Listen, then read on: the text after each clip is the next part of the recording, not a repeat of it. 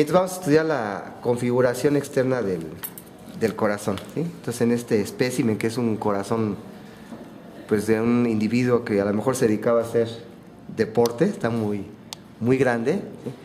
Y entonces tenemos la cara externo costal, ¿verdad? O cara anterior, y recordando el eje anatómico del corazón. Acuérdense que el eje anatómico del corazón va de derecha a izquierda, de atrás hacia adelante y de arriba hacia abajo, ¿verdad? Entonces aquí tendríamos el vértice del corazón o ápex, que sería en el ventrículo izquierdo. Exactamente, si lo proyectamos a la anatomía de superficie, quinto espacio intercostal, línea medio clavicular del lado izquierdo, ¿sí? Y aquí tendríamos la base del corazón. Y esta base del corazón está mirando hacia arriba, atrás y a la derecha. Y se relaciona con qué vértebras torácicas, desde T5 hasta T8. Claro, varía mucho si el sujeto está de pie o está acostado, si está en inspiración, expiración, estas relaciones. Algunos autores dicen que va de T6 a T9, vamos a dejarlo de T5 a T8. Muy bien. Entonces, la cara externocostal del corazón se llama externocostal, decíamos, porque se relaciona con los cartílagos costales y el esternón, efectivamente. Y aquí lo primero que llama la atención es este surco, que es el surco interventricular anterior, donde va la arteria interventricular anterior. Y podemos observar que este surco termina al lado derecho del ápex del corazón y está separando el ventrículo izquierdo del ventrículo derecho. Y estamos viendo que en esta cara esternocostal lo forma principalmente el ventrículo derecho y lo que sería el perfil izquierdo lo forma el ventrículo izquierdo, ¿sí? Entonces, ese sería el surco interventricular, que en este nivel es donde estaría el tabique interventricular, separando ventrículo derecho y ventrículo izquierdo.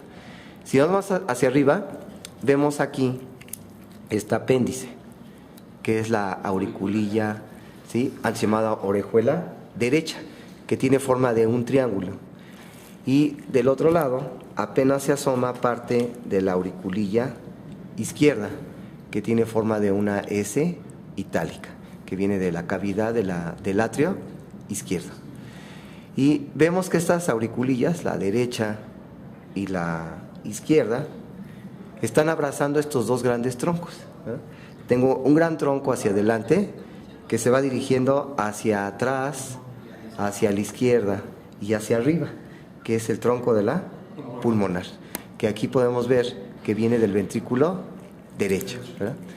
Y atrás de este tronco de la pulmonar vemos la aorta ascendente torácica, que se va dirigiendo hacia arriba, atrás y a la derecha, y que va a dar origen a las arterias coronarias. Aquí tenemos la coronaria izquierda y la coronaria derecha. Y posteriormente esta aorta ascendente que vemos pasa por atrás de lo que sería el tronco de la pulmonar, posteriormente va a ser un arco, que es el arco de la aorta, o antes llamado callado de la aorta, que se va dirigiendo hacia arriba, pero se va dirigiendo hacia atrás y hacia la izquierda, exactamente. Entonces, esos serían los principales elementos que vemos en la cara externo-costal. Ahora, vamos a la cara inferior, que es la cara diafragmática. Entonces, si vamos rotando el corazón y vemos su cara inferior o cara diafragmática, ¿sí? Entonces, en esta cara inferior, lo primero que llama la atención es este surco, que es un surco que separa los atrios de los ventrículos, y es el surco atrio-ventricular, que por relacionarse con las arterias coronarias recibe el nombre de surco coronario, ¿sí? Puedo observar aquí ahora otro tabique, otro surco, que está en el tabique interventricular, que es el surco interventricular posterior, que separa el ventrículo izquierdo del ventrículo derecho. Y en esta cara veo que principalmente está formada por el ventrículo izquierdo y menor cantidad del ventrículo derecho. Muy bien. Observo que por arriba del surco coronario se encontraría propiamente ya la base del corazón. Y debido a que el corazón embriológicamente en su desarrollo rota ligeramente de derecha a izquierda, las cavidades izquierdas quedan posteriores y las cavidades derechas quedan en un plano anterior. Entonces, aquí estoy observando lo que sería el atrio izquierdo y aquí el atrio derecho. Y entonces se menciona que la base del corazón lo forma principalmente el atrio izquierdo y una pequeña porción del atrio derecho. Si estudiamos el atrio derecho, aquí podemos localizar la desembocadura de la vena cava superior y de la vena cava ¿qué? Inferior, ¿sí? Entonces tendríamos aquí esta porción, es la desembocadura de la vena cava superior. Aquí podemos introducir la pinza, la desembocadura de la vena cava superior. Y por otro lado, aquí tengo la desembocadura de la vena cava inferior, ¿sí? Entonces, vena cava superior y vena cava inferior. Son unas cavidades muy grandes, ¿verdad? Y están desembocando directamente en lo que sería la pared posterior del atrio derecho, que recibe el nombre del seno venoso, ¿verdad? Que son paredes lisas, pared posterior, y aquí desembocando. Ahorita tengo mi dedo pulgar introducido en la desembocadura de la vena cava inferior, y aquí vamos a introducirlo, la pinza, en la desembocadura de la vena cava superior, ¿verdad? Muy bien. Del lado izquierdo tendríamos el atrio izquierdo, y aquí tenemos la desembocadura de las venas pulmonares. Aquí la vena pulmonar superior derecha, inferior derecha, superior izquierda e inferior izquierda, ¿ok? Entonces, todas desembocando en la pared posterior del atrio izquierdo. Entonces, aquí estoy introduciendo la pinza en las venas pulmonares inferiores, y aquí lo estoy introduciendo en las venas pulmonares superiores, ¿sí? Aquí estaría la otra. Ok. Entonces, ese sería lo importante de la cara diafragmática, que se llama diafragmática porque se relaciona con el tendón central del diafragma, ¿verdad? Ahora, si regreso a mi posición primaria que decíamos, ¿sí? Entonces tendríamos nuestra cara esternocostal, y ahorita mi mano está descansando la cara diafragmática. Y entonces me iría a la cara pulmonar, que es esta. Entonces rotaríamos el corazón y veríamos la cara pulmonar. Entonces, esta cara pulmonar está viendo ligeramente hacia atrás y hacia la izquierda, y se va a relacionar con la cara mediastinal del pulmón izquierdo, en su lóbulo inferior, por eso se llama cara pulmonar. Y lo estamos viendo que está formada principalmente por casi todo el ventrículo izquierdo. Aquí está todo el ventrículo izquierdo, aquí está el ápex, el ventrículo izquierdo. Y aquí arriba tendríamos la auriculilla, antes llamada orejuela izquierda, con parte del atrio izquierdo. Aquí veo parte de la vena pulmonar superior, vena pulmonar inferior del lado izquierdo. Entonces, esas son las características de la cara pulmonar, ¿sí? En esta configuración externa podemos aprovechar para ir viendo la irrigación del corazón. Aquí se ven muy bien las arterias. Sabemos que las arterias que irrigan el corazón son las arterias coronarias, que son las primeras ramas que da la aorta, en este caso la aorta ascendente. Recordemos que arriba del nacimiento de las coronarias, o sea, más bien donde nacen las coronarias, es inmediatamente arriba de las válvulas sigmoideas aórticas, donde se encuentran unas pequeñas dilataciones, que son los senos aórticos. Tengo el seno aórtico izquierdo, donde nace la arteria coronaria izquierda, y acá tengo el seno aórtico, ¿sí?, derecho, donde nace la arteria coronaria derecha, ¿sí? Vamos a empezar aquí con la coronaria derecha. Esta coronaria derecha, entonces, nace del seno aórtico derecho, y vemos que se va dirigiendo hacia la derecha y pasa al lado derecho del tronco de la arteria pulmonar.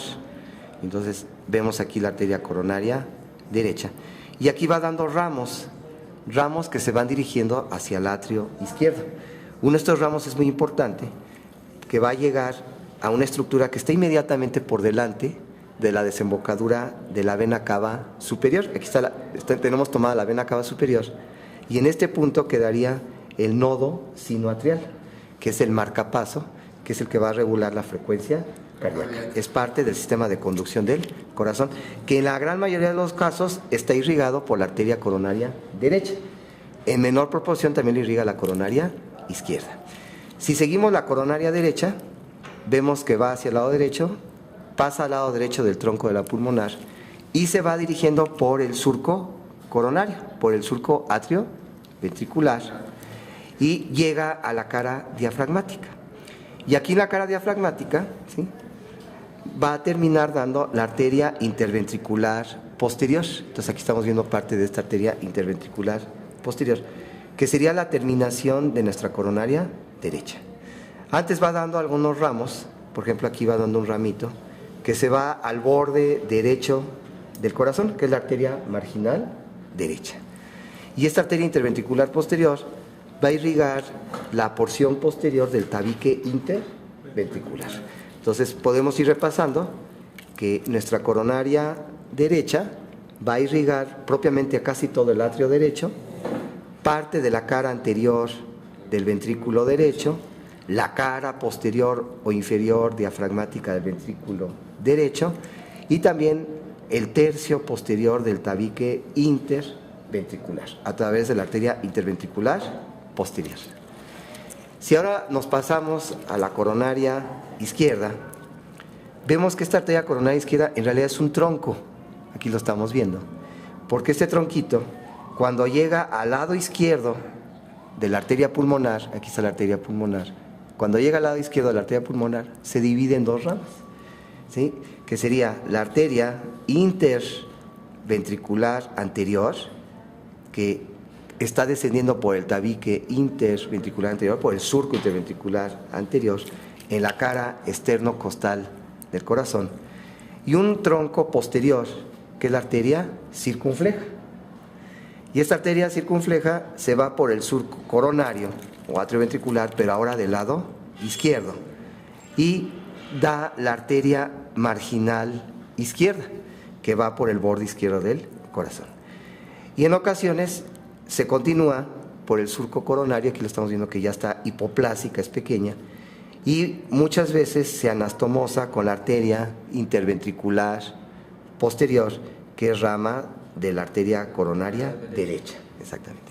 Entonces, vamos viendo que la coronaria izquierda va a irrigar al atrio izquierdo, va a irrigar parte de la cara externo-costal, tanto del ventrículo derecho como del ventrículo izquierdo, va a irrigar el borde o la cara pulmonar izquierda, ¿verdad? Y también puede irrigar la cara posterior o diafragmática del ventrículo izquierdo, ¿sí? Entonces, ahí vamos viendo que existen variantes. Aquí tenemos otro espécimen, otro corazón, donde podemos ver variantes. Por ejemplo, aquí está, se ve muy bonita la arteria pulmonar, y esta arteria pulmonar, si vemos más o menos 6-5 centímetros después de su origen, da sus dos ramas terminales, que sería la arteria pulmonar derecha y la arteria pulmonar izquierda, y como la arteria pulmonar derecha está pasando por abajo del arco de la aorta. Aquí está el inicio del arco de la aorta, y entonces desplazamos el tronco de la arteria pulmonar y vemos la aorta ascendente, que está por atrás del tronco de la pulmonar, y esta aorta ascendente dando sus ramas, la coronaria izquierda, y acá tendríamos la coronaria derecha, ¿sí?, que aquí se está desprendiendo, ¿sí?, que sería aquí la coronaria derecha. Si vemos la coronaria derecha, decíamos que va hacia el lado derecho del tronco de la pulmonar, se va por el surco coronario y vemos que propiamente esta coronaria derecha era muy hipoplásica. Termina propiamente en la arteria marginal derecha. Entonces posiblemente de aquí da un ramito que posiblemente vaya al nodo seno-atrial, pero normalmente la coronaria derecha también irriga al nodo atrioventricular, que está exactamente aquí en esta cruz que forman el surco interventricular, el surco coronario y el surco interatrial, ¿sí? Aquí es donde estaría más o menos el nodo senoatrial, ya subendocárdico en el interior de la cavidad del atrio derecho, inmediatamente por arriba y adelante de la desembocadura del seno coronario. Entonces, esta coronaria derecha era muy hipoplásica. Vamos a ver la coronaria izquierda. Esta coronaria izquierda, un tronco que luego se divide propiamente en la arteria interventricular anterior, la arteria circunfleja, dando la marginal izquierda, y miren, aquí podemos ir viendo que esta coronaria izquierda, la circunfleja propiamente, va a dar origen a la interventricular posterior, Aquí es un patrón dominante de la coronaria izquierda, ¿sí? Bien, aquí las estructuras venosas, cuesta trabajo a veces disecarlas, tendríamos que inyectar estas estructuras venosas, pero aquí sería el sitio donde estuviera el seno coronario, y este seno coronario está en el surco atrioventricular del lado izquierdo, es decir, en relación con el atrio izquierdo. Pero sabemos que este va a desembocar en el atrio derecho, ¿ok? Y que va a recibir a la vena coronaria mayor, que va recogiendo la sangre que mandó la coronaria izquierda, y va a recibir también la vena coronaria menor, que va a recoger la sangre que mandó la coronaria derecha, recibiendo la vena coronaria media o interventricular posterior, que también desemboca en el seno coronario. Pero insisto, aquí no se observa el seno coronario, se necesitan preparaciones especiales, como sería la represión, la inyección de plástico en los vasos. Ahora vamos a ver lo que sería la configuración interna. Y entonces me va a dar lástima, pero lo voy a hacer. Vamos a cortar a través de la arteria pulmonar para introducirnos al ventrículo derecho. Entonces, vamos a meternos. Entonces, esto se siente feo, ¿sí? Entonces, fíjense, aquí corté ya la arteria pulmonar y vemos que casi inmediatamente después de su origen se encuentran, bien qué bonitas, se encuentran las válvulas sigmoideas. Ahí están muy bonitas las válvulas sigmoideas, que son las válvulas semilunares, ¿sí? En este caso de la arteria pulmonar, ¿sí? Que son tres, miren, aquí estarían, dice que tiene forma de nichos de golondrina, precioso, ¿sí? Como arriba tiene una pequeña dilatación, que serían los senos de la pulmonar, y aquí la válvula sigmoidea, que serían una anterior y dos posteriores, derecha e izquierda, y que son importantes porque evitan el reflujo de la sangre cuando se relaja el ventrículo. Cuando se relaja el ventrículo derecho, la sangre no puede regresar del tronco de la pulmonar al ventrículo derecho porque se cierran estas válvulas. Entonces, estas válvulas, en el momento de la contracción del ventrículo, sístole, se hacen hacia arriba, y en el momento que se relaja el ventrículo, se cierran hacia abajo, dando origen al segundo ruido, ¿sí?, del ciclo cardíaco, que le llaman el ruido durante la diástole. Y ese segundo ruido, que es durante la diástole, lo dan, ¿sí?, el cierre de las arterias, de las válvulas sigmoideas, tanto de la aórtica como de la pulmonar. Muy bien. Si continuamos cortando ahora ya la pared anterior del ventrículo derecho, vamos a observar que esta pared anterior del ventrículo derecho es de paredes delgadas, porque tiene que vencer una presión baja que le ofrece el sistema vascular, la circulación menor o pulmonar, que no tiene una presión mayor de 12 milímetros de mercurio en la diástole y hasta 24 durante la sístole.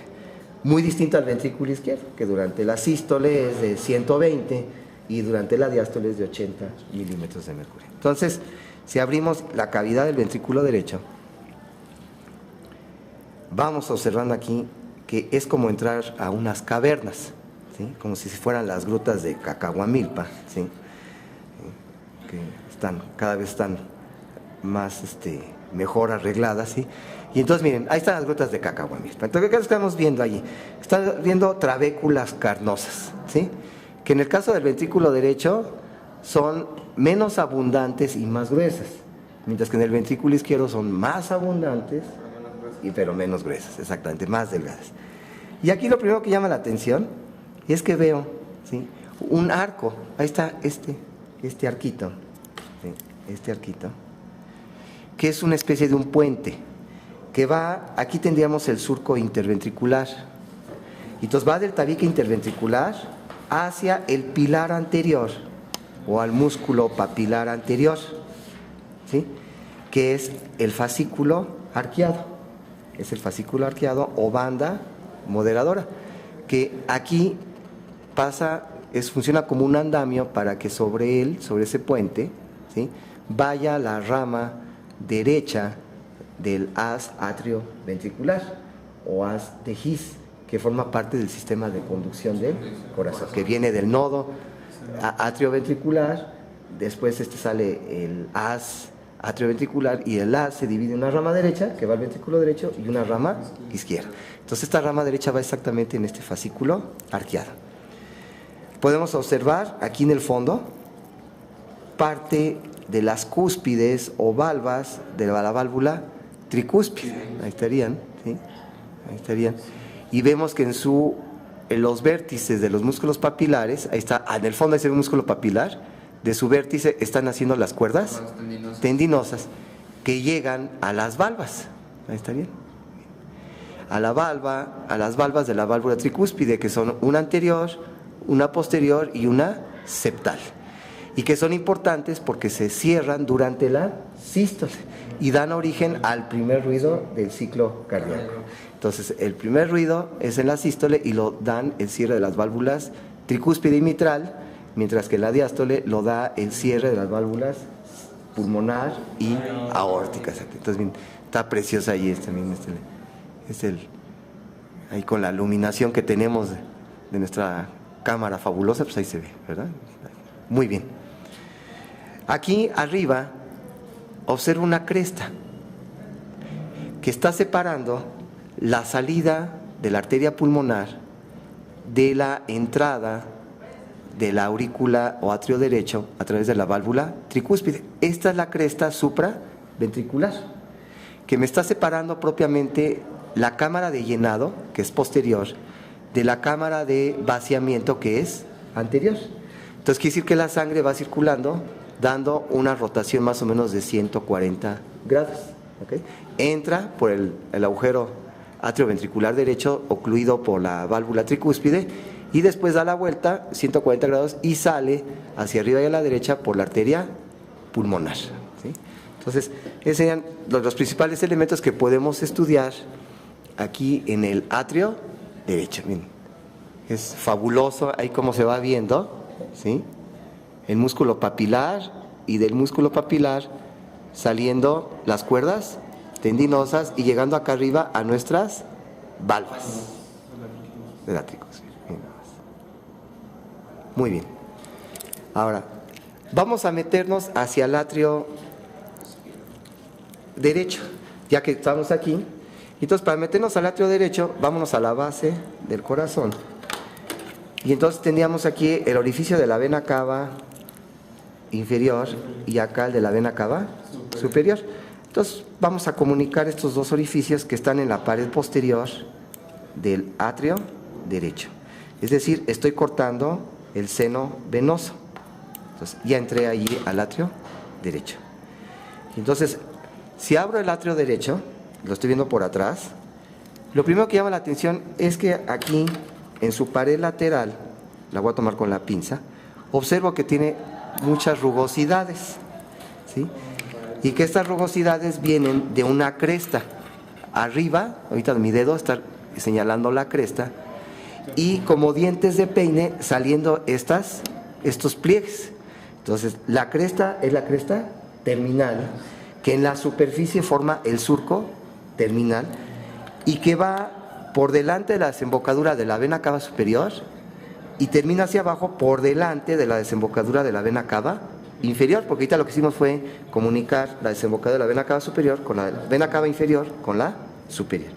Y entonces veo que estos dientes de peine que salen de mi cresta terminal serían los músculos pectíneos, ¿sí? Entonces ahí estoy viendo todos los músculos pectíneos, y estos músculos pectíneos se continúan en la profundidad de esta estructura, que ya lo veíamos en la anatomía de superficie, que sería la anatomía exterior, que sería el atrio, la auriculilla derecha.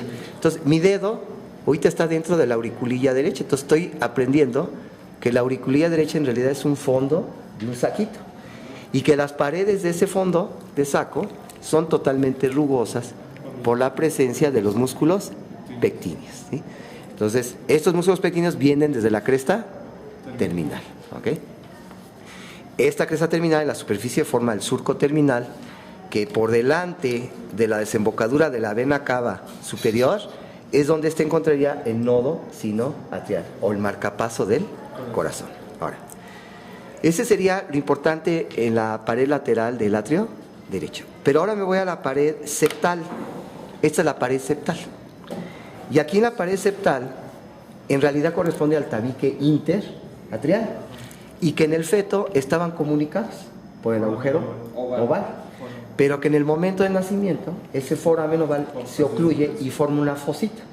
¿Se acuerdan que se une el septum primum, septum secundum? Y entonces del atrio derecho queda una fosa, que es la fosa, lo que sería la fosa oval. En lugar de haya un foramen, es una fosa, ya no es un orificio, es una pequeña fosita. Y aquí lo estamos viendo, en que ahorita se ve cómo tiene un repliegue aquí, y sería en la porción posterior inferior del tabique interatrial. Tengo aquí la fosa ¿qué? Oval, que a veces es una de las malformaciones congénitas más frecuentes, que es la persistencia del foramen oval, y es la comunicación interatrial, que en muchas ocasiones es asintomática, depende del tamaño de esta comunicación. Entonces, aquí esta parecería como que hubiera querido persistir, miren, aquí, hubiera querido persistir una pequeña comunicación interatrial. Aquí parece ser que hay un pequeño defecto de cierre del foramen oval a nivel de la fosa oval, ¿sí? Muy bien. Vamos a observar que hacia adelante esta cavidad se va a estar comunicando con el ventrículo derecho a través de la válvula tricúspide. Entonces ahí en el fondo estaría la válvula tricúspide, ¿sí? Ahí en el fondo. Vamos a plegarle un poquito más. Ahí está. Ahí están las cúspides de la válvula tricúspide, anterior, posterior y septal. Y ya caeríamos donde estábamos hace rato, en el ventrículo derecho. No puedo decir groserías, pero está muy padre esto, ¿verdad? Muy bien. Muy bien. Ahora, nos podemos ir hacia el atrio izquierdo. Y aquí en el atrio izquierdo, pues podemos, para entrar al atrio izquierdo, aquí por ejemplo ya tiene un corte a nivel de la arteria, de la vena pulmonar superior derecha.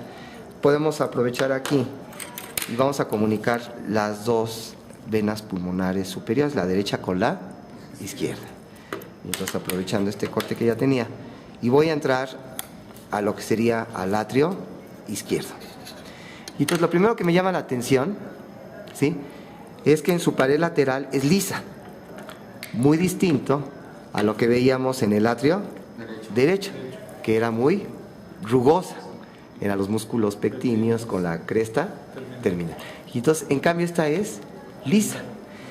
Y entonces, lo que buscaría yo sería la profundidad de la auriculilla izquierda. Entonces, miren, aquí estaría la auriculilla izquierda. Estoy introduciendo mi dedo en la auriculilla izquierda. Y aquí, créanme, se sienten unas rugosidades. Quiere decir que es el único sitio rugoso de las paredes del atrio izquierdo, que es en el fondo de la auriculilla izquierda, que son los músculos pectíneos de la auriculilla izquierda. Que es este sitio donde más se forman pequeños trombos, sobre todo cuando hay alteraciones de la contractilidad de los atrios, que no se contraen en forma uniforme, y es lo que se llama la fibrilación auricular, que es un trastorno del ritmo de contracción del corazón, y se crean muchas turbulencias en los atrios, y esas turbulencias provocan que se formen pequeños trombos, es decir, pequeños coágulos adheridos a las paredes, en este caso de los atrios. Y un sitio común es en el fondo de las auriculillas. Y esos trombos se pueden liberar y forman émbolos. Y esos émbolos, si son del lado derecho, van a ir a ocluir capilares del circuito pulmonar y provocar muerte de tejido pulmonar, que es infartos pulmonares. Y si vienen del atrio izquierdo, se van a ir al ventrículo izquierdo, y del ventrículo izquierdo se pueden ir a toda la circulación. Y entonces, sistémica, y pueden provocar un infarto cerebral, un infarto renal, un infarto en una extremidad, que sería una necrosis, ¿verdad? En el fondo, hacia adelante, en este atrio izquierdo, puedo observar en el fondo la válvula mitral. Entonces, ahí está la válvula mitral, que tiene dos valvas, una valva anterior y otra posterior, pero también a veces se forman unas valvas accesorias. Aquí se ven, allí se dan cuenta, varias accesorias. Entonces, ¿qué es lo común? ¿Okay? Recordemos que cuando este orificio se cierra, no se abre totalmente, se llama estenosis, es una estenosis de la válvula mitral, y cuando no se cierra adecuadamente durante la sístole del ventrículo, se llama insuficiencia, ¿sí? Entonces, en la estenosis hay dificultad para la salida de la sangre del atrio izquierdo al ventrículo izquierdo, y entonces va a provocar una dilatación del atrio izquierdo por la estenosis. Y durante la insuficiencia, cuando se contrae el ventrículo izquierdo, se regresa sangre al atrio izquierdo, y también provoca una dilatación y provoca un soplo durante la sístole por insuficiencia y un soplo durante la diástole por la estenosis. Okay. Muy bien. Por último, podríamos entrar al ventrículo izquierdo. Y entonces, ventrículo izquierdo, podríamos hacer un corte aquí en su cara externo-costal, ¿sí? Y entonces, vamos a hacer un corte de la cara externo-costal del ventrículo izquierdo. Que se dan cuenta, va siendo bastante grueso, ¿sí? Entonces, voy a llegar hasta el vértice y aquí arriba voy a llegar a la altura del surco coronario. Entonces, lo primero que llama la atención, si recordamos el grosor de la pared del ventrículo derecho, y si lo vamos comparando con el ventrículo izquierdo, pues es mucho más, 3 veces más por lo menos. Se dice, fíjense aquí, este grosor de este ventrículo es un través de dedo, ¿sí? Es decir, 15 milímetros. Y en cambio de este lado no llega ni a medio centímetro, ¿ok? Entonces es dos terceras partes más gruesas del ventrículo izquierdo. Lo que comentamos, tiene que vencer una presión muy alta de 100 o de 80 en la diástole, que es la presión que ofrece la aorta. Y entonces aquí nos vamos introduciendo al ventrículo izquierdo, que tiene mayor número de trabéculas pero más delgadas.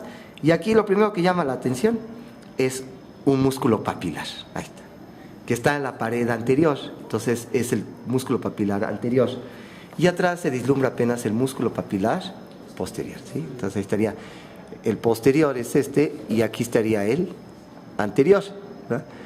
Y que del vértice de estos músculos papilares están haciendo las cuerdas tendinosas que van aquí arriba a las valvas de la válvula mitral. Ahí tenemos la unión de las cuerdas tendinosas hacia las valvas de la válvula mitral. Esta es la cámara de llenado, que es posterior. ¿Dónde quedó la cámara de vaciamiento? Voy a introducir esta pinza y aquí me llevaría a la cámara de vaciamiento, que si se dan cuenta se está continuando hacia la aorta. Ahí está, hacia la aorta ascendente. Entonces la pinza está entrando hacia la aorta ascendente. Y entonces vamos a hacer un corte de la aorta ascendente. Se siente gacho, sí. Y voy a cortarlo hasta un poquito arriba del nacimiento de la coronaria izquierda, para poder ver, miren, cómo está entrando ahí mi pinza. Y puedo observar las válvulas sigmoideas. Vamos a sacar la pinza, ¿sí? Y vamos a abrir la aorta como un libro, de un lado y de otro lado, para que en el fondo podamos ver las válvulas sigmoideas. Miren, ahí estarían. Ahí estarían muy padres, ¿verdad? Las válvulas sigmoideas, ¿sí? Ahí están, ¿sí? Sería una posterior y 2 anteriores en el caso de la aorta, ¿verdad? Bien. Que ya sabemos que estas válvulas sigmoideas se abren durante la sístole y se cierran durante la diástole. Quiere decir que si hay una estenosis, un estrechamiento del orificio aórtico de estas válvulas, que están adheridas por un proceso infeccioso, una endocarditis, ¿sí? O una fiebre reumática, entonces si durante la sístole, si es estenosis, el soplo va a ser durante la sístole. Y si es una insuficiencia, es decir, un mal cierre, el soplo va a ser durante la diástole, es decir, contrario a lo que sucedía en las válvulas tricuspidia y mitral, ¿sí? Están las válvulas sigmoideas, ¿sí? Muy bien. Entonces, con esto pues ya tendríamos una idea de más o menos de la anatomía de nuestro corazón.